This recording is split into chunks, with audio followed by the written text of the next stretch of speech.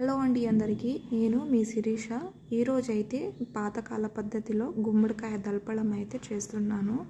చాలా మంచిగా ఉంటుంది. పాతకాల పద్ధతిలో చాలా వరకు ప్రిపేర్ చేయరు ఈ జనరేషన్లో నాకు తెలిసి. ఎందుకంటే పాతకాల పద్ధతిలోనే చాలా మంచిగా ఉంటుంది. కొద్దిగా ఆయిల్ వేసేసుకొని మంచిగా ప్రిపేర్ చేస్తారన్నమాట. ఎందుకంటే మా నాన్నమ్మ కూడా అలాగే చేసిద్ది. నేనైతే చాలా బాగా తినేదాన్ని. ఇప్పుడు చెప్పిందన్నమాట మా నాన్నమ్మ, గుమ్మడికాయ ఉంటే ఇలా ప్రిపేర్ చేయని. అందుకే నేనైతే గుమ్మడికాయ చాలా వరకు తింటాము. ఇది హెల్త్కి కూడా చాలా మంచిది. నేను మా బాబుకి సగం పెట్టానన్నమాట. ఇదే మాకు ఎక్కువ అయిపోతుంది కర్రీ వండే కొద్దీ. ముక్కలు అయితే ఈ విధంగా కట్ చేసుకోవాలి. అంటే ముక్కలు పైనుంచి పొట్టు తీసుకోకుండా ఇలా కట్ చేసుకోవాలి. కట్ చేసుకునే కొద్దీ మంచిగా ఇది కొద్దిగా గట్టిగా ఉంటుంది. కొద్దిగా బలం ఉపయోగించి కట్ చేసుకోవాలన్నమాట. నేనైతే ఇలా అయితే ముక్కలు అయితే కట్ చేసుకుంటున్నాను. మా నాన్నమ్మ చెప్పింది కదా, చాలా బాగా ప్రిపేర్ చేయవచ్చు ఈ గుమ్మడికాయని. మా నాన్నమ్మ అలాగే చెప్తూ ఉండేది. అందుకే నేను మా నాన్నమ్మ అయితే ఫాలో అయిపోయానన్నమాట. చెప్పాలంటే నిజంగా ఈ ముక్కలు అయితే ఈ విధంగా కట్ చేసుకోవాలండి. ఈ విధంగా ఉండాలి ముక్కలు అయితే. నేనైతే ఇప్పుడు 2 ఉల్లిపాయలు తీసుకుంటున్నాను, 2 ఆనియన్ అన్నమాట, తర్వాత 3 పచ్చిమిరపకాయలు తీసుకుంటున్నాను. నేను ముందే చెప్తున్నానండి, అక్క చెప్పలేదని మీరు అనుకోవచ్చు. ఫస్ట్ అయితే నేను చింతపండు అయితే నానబెట్టేసుకోవాలి. ఇప్పుడైతే నేను కొద్దిగా చింతపండు నానబెట్టేసుకోవాలి. ఎందుకంటే చెప్పలేదక్క, నేను చూడలేదు అని అనుకోవచ్చు. నిజంగా చెప్పాలంటే ఫస్టే చెప్తున్నాను, చింతపండు ఫస్టే నానబెట్టేసుకోవాలి. ముక్కలు కట్ చేయకముందే నానబెట్టేసుకోవాలండి. ఇప్పుడైతే ఆనియన్స్ అయితే ఈ విధంగా అయితే కట్ చేసుకున్న తర్వాత శుభ్రంగా అయితే కడిగేసుకోవాలండి. కడిగేసుకొని పక్కన పెట్టేసుకోవాలి. ఇప్పుడైతే కళాయి పెట్టేసుకొని తాలింపు గింజలు, కరివేపాకు వేసేసుకోవాలి. ఇది కూడా వేయించుకున్న తర్వాత ఇప్పుడైతే పచ్చిమిరపకాయలు యాడ్ చేసుకొని తర్వాత ఆనియన్స్ కూడా యాడ్ చేసుకోవాలి. దీన్ని కూడా డీప్ ఫ్రై చేసుకోవాలి. మరి అంత డీప్ ఫ్రై ఏం వద్దండి, లైట్గా ఫ్రై చేసుకోవాలి.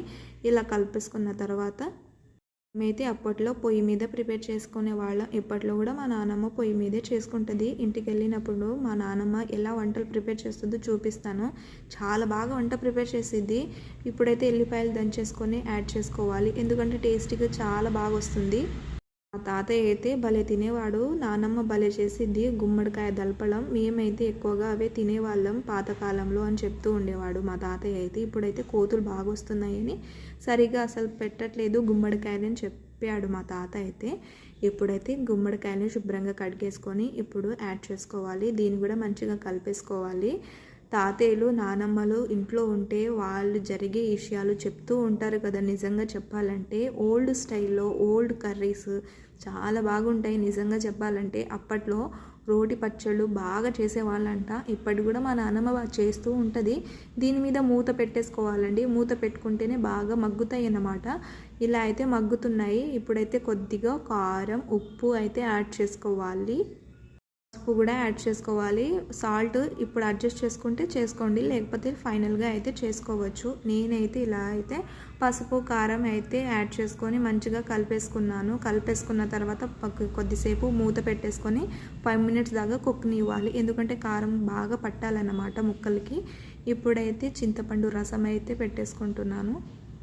చింతపండు రసం అయితే నేనైతే 2 కప్స్ అయితే తీసుకుంటున్నాను. ఎందుకంటే దీంట్లో కొద్దిగా వాటర్ కూడా యాడ్ చేసుకున్నాను. ఇప్పుడైతే దీన్ని బాగా కలిపేసుకొని 5 మినిట్స్ దాకా బాగా కుక్ అవ్వాలన్నమాట. దీని మీద మూత పెట్టేసుకోవాలి. ముక్క కొద్దిగా ఉడకాలన్నమాట.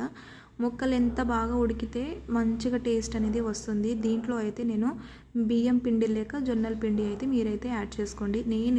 మేము జొన్నలు ఎక్కువ తింటాం కాబట్టి నేనైతే జొన్న పిండిలు యాడ్ చేసుకుంటున్నాను. దీన్ని అయితే మంచిగా వాటర్ వేసుకొని కలిపేసుకొని దీంట్లో అయితే యాడ్ చేసుకోవడమే. ఎందుకు వేస్తారంటే చిక్కగా అవ్వడానికి వేస్తారండి. మేము బోటి కర్రీలో కూడా యాడ్ చేసుకుంటాము. మా నాన్నమ్మ అప్పట్లో నుంచి వేస్తూనే ఉంటుంది, ఇప్పటికి కూడా వేస్తూనే ఉంటుంది. అందుకే నేను కూడా ఇప్పట్లో అయితే ఇలాగే ప్రిపేర్ చేస్తాను. ఏ కర్రీ చేసినా, నేను బోటి కర్రీ ప్రిపేర్ చేసినా నేనైతే జొన్నల పిండి వేయకుండా అస్సలు ఉండను.